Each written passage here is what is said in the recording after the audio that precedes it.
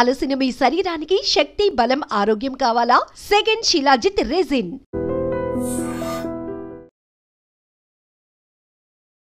ముంబైలో తీవ్ర విషాదకరమైన ఘటన. రన్నింగ్ ట్రైన్ నుంచి జారిపడి స్పాట్లోనే 6 చనిపోయినటువంటి దుర్ఘటన తీవ్ర బాధాకరమైన విషయం. లోకల్ ట్రైన్స్కి విపరీతమైన డిమాండ్ ఉంటుంది. అందులో ముంబైలో ఉన్నటువంటి లోకల్ ట్రైన్స్లో ప్రయాణం అంటే ఒక నరకం అనేది చెప్పాలి. లక్కీ అని ఎప్పుడు అంటారంటే, సో సేఫ్గా అక్కడ జర్నీ చేస్తే మాత్రం అదృష్టవంతుడురా అనే స్థాయిలో అక్కడ రైలు ప్రయాణాలు ఉంటాయి. ఇప్పుడు ఈ దుర్ఘటనకు సంబంధించి జనరల్గానే వీకెండ్ తర్వాత ఎవరి హడావిడి వాళ్ళది. త్వరగా ఇళ్లకు వెళ్ళిపోవాలని, త్వరగా ఆఫీసులకు వెళ్ళిపోవాలని, కాలేజీలకు వెళ్ళిపోవాలని, గమ్యస్థానానికి త్వరగా చేరుకోవాలి అనేది ఇక్కడ ప్రయాణికుడి లక్ష్యం. మరొక వైపు ప్రజల రద్దీకి తగ్గట్టుగా రైలు సర్వీసులు కూడా లేకపోవడం, మరీ ముఖ్యంగా ఎక్కువగా లోకల్ ట్రైన్స్ని మధ్యతరగతి సామాన్య ప్రజలు ఎక్కువగా డిపెండ్ అవుతూ ఉంటారు. ఎందుకంటే అక్కడ ట్రాఫిక్ ఫ్రీ, ఇంకొకటి చౌకగా ప్రయాణం, సురక్షితమైన ప్రయాణానికి ఎక్కువగా రైల్వేనే అప్రోచ్ అవుతూ ఉంటారు. ఆ కోణంలో లోకల్ ట్రైన్స్కి విపరీతమైన గిరాకీ, విపరీతమైన డిమాండ్ ఉంటూ ఉంటుంది. సో వీకెండ్స్ వచ్చాయంటే కనుక రైల్వే స్టేషన్స్లో కిక్కిరిసిపోయి కనపడుతూ ఉంటాయి. కొన్ని చోట్ల నేను ముందెళ్ళిపోవాలి అనే ఒక ఆతృతతో తొక్కిసలాట, తోపులాటలు కూడా జరుగుతున్నటువంటి పరిస్థితి. ఈరోజు అంటే మండే జరిగినటువంటి ఈ ముంబై ట్రైన్ ఏదైతే రన్నింగ్ ట్రైన్ నుంచి ఆల్రెడీ డోర్స్ క్లోజ్ అయిపోయినా కూడా ఏదో ఒక రకంగా హ్యాంగర్ ఏదొకటి పట్టుకొని ప్రయాణం చేయాలి, ఇంటికి వెళ్ళిపోవాలి, లేకపోతే ఆఫీసులకు వెళ్ళిపోవాలి అనేటటువంటి ఒక ఆతృత వల్ల అక్కడ డోర్స్ క్లోజ్ అయిపోయినా కూడా, ఆటోమేటిక్గా డోర్స్ క్లోజ్ అయిపోయినా కూడా పక్కన ఉన్నటువంటి ఒక గ్రిప్ ఏదైతే ఉంటుందో దాన్ని పట్టుకొని హ్యాంగ్ అవుతూ ప్రయాణం చేయాలనేటటువంటి థాట్లో కొంతమంది ప్రయాణికులు ఉంటారు. ఆ రకంగానే మీరు విజువల్స్లో చూస్తే కనుక డోర్స్ క్లోజ్ అయిపోయినప్పటికీ కూడా పక్కన ఇంకా ఈ ప్రయాణికులు వేలాడుతూ ప్రయాణం చేయాలనే ఆలోచన. అయితే ఒకటి, స్టేషన్ నుంచి ట్రైన్స్ మూవ్ అవుతున్నప్పుడే అలా ఎవరైతే వేలాడుతూ ప్రయాణం చేస్తారో వాళ్ళని కంట్రోల్ చేయాల్సినటువంటి బాధ్యత కూడా రైల్వే అధికారులపై ఉంది. కానీ ఇది సర్వసాధారణమే అని అక్కడ ఒక నిర్లక్ష్యం. అలానే మాకు ఇది అలవాటు అయిపోయింది, ఏదో రకంగా వేలాడుతూనైనా ఇంటికి వెళ్ళిపోతున్నాం, ఆఫీసులకు వెళ్ళిపోతున్నాం అనే ఆలోచన. కానీ అక్కడ జరగరాని ప్రమాదం జరిగితే ప్రాణాలు పోతాయన్న సంగతి మాత్రం మర్చిపోతున్నారు. ఈ నేపథ్యంలోనే ఇక్కడ వేలాడుతూ జరిగినటువంటి ప్రయాణం, రైలు ప్రయాణిస్తూ ఉంటుండగానే అక్కడ అదుపు తప్పి చేయి జారి ఒక వ్యక్తి ఎలా అయితే ఒక పిట్టలా రాలిపోయినటువంటి దృశ్యాలు కూడా ప్రతి ఒక్కరిని కలిసివేస్తున్నాయి. ఈ రకంగానే ఇంకొక వైపు ఈ ట్రైన్ ఏదైతే జర్నీ అవుతోందో ఇంకొక ట్రాక్లో కూడా సూపర్ ఎక్స్ప్రెస్ వస్తోంది, పుష్పక్ అనే ట్రైన్ కూడా వస్తోంది అదే వేగంతో. సో ఈ రెండింటి మధ్య జరిగినటువంటి ప్రమాదం, ఇక్కడ 15 మంది వరకు జారి పడిపోతే ఇమీడియట్గా స్పాట్లోనే 6 చనిపోయినటువంటి దుర్ఘటన చాలా బాధాకరం. దీనిపై రైల్వే శాఖపై కూడా తీవ్ర విమర్శలు వ్యక్తమవుతున్నాయి, రైల్వే అధికారులపై కూడా.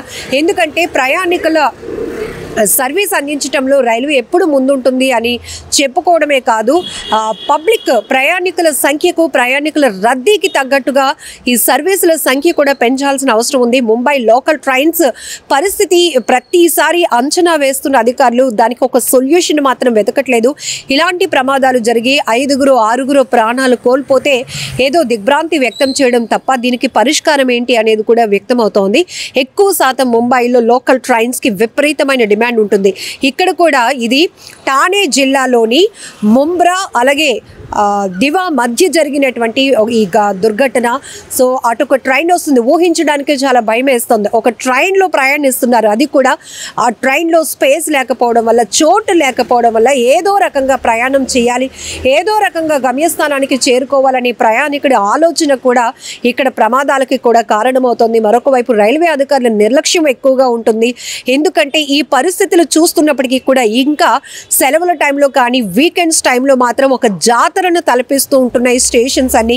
అయినప్పటికీ కూడా సర్వీసులు, రైళ్ల సంఖ్య పెంచాలనేటువంటి ఆలోచన ఎందుకు అధికారులకు రావటం లేదు అనేది కూడా విపరీతమైన ప్రశ్నలతో సంధిస్తున్నారు ప్రజలు. ఇక్కడ ఈ ఘటనకు సంబంధించి కూడా మరి కాసేపట్లో ఇంటికి వెళ్ళిపోవాల్సినటువంటి వాళ్ళు ఒక్కసారిగా జారిపడి ప్రాణాలు పోగొట్టుకున్నటువంటి పరిస్థితి.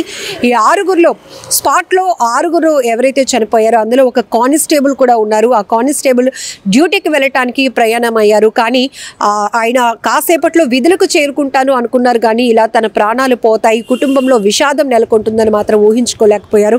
ఇక్కడ ఏంటంటే ఆటోమేటిక్గా ట్రైన్ మూవ్ అవుతున్నప్పుడు ఇక్కడే కాదు, ముంబై అనే కాదు, చాలా ట్రైన్స్ దగ్గర మనకి విపరీతమైన రద్దీ ఉన్నప్పుడు ఏదో రకంగా చిన్న ప్లేస్ దొరికితే చాలు, ఏదో ఒకటి పట్టుకొని గ్రిప్ హోల్డ్ చేసుకొని ప్రయాణించేద్దామనే ఆలోచనలోనే చాలామంది ప్రయాణికులు ఉంటారు. ఎంత జాగ్రత్తలు చెప్తున్నప్పటికీ కూడా పట్టించుకోలేని పరిస్థితులు కూడా కొన్ని ఉంటాయి.